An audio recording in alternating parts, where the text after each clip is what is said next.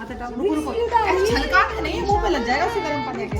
गर्दन नीचे करके सूंघो ऐसे। हाँ थोड़ा ऐसे सूंघो जले नहीं, जल्दी करो। ऐसे क्यों गर्म निकल जाए, ऐसे आपका अंदर तक खुलेगा, ऐसे करना है। सांस लेनी है और कुछ नहीं। और नाक से सांस लेनी है, मुंह खोल के भी, नाक से भी, दोनों से।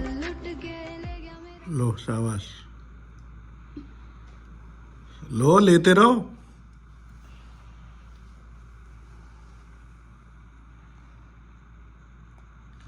ढक देना पूरा।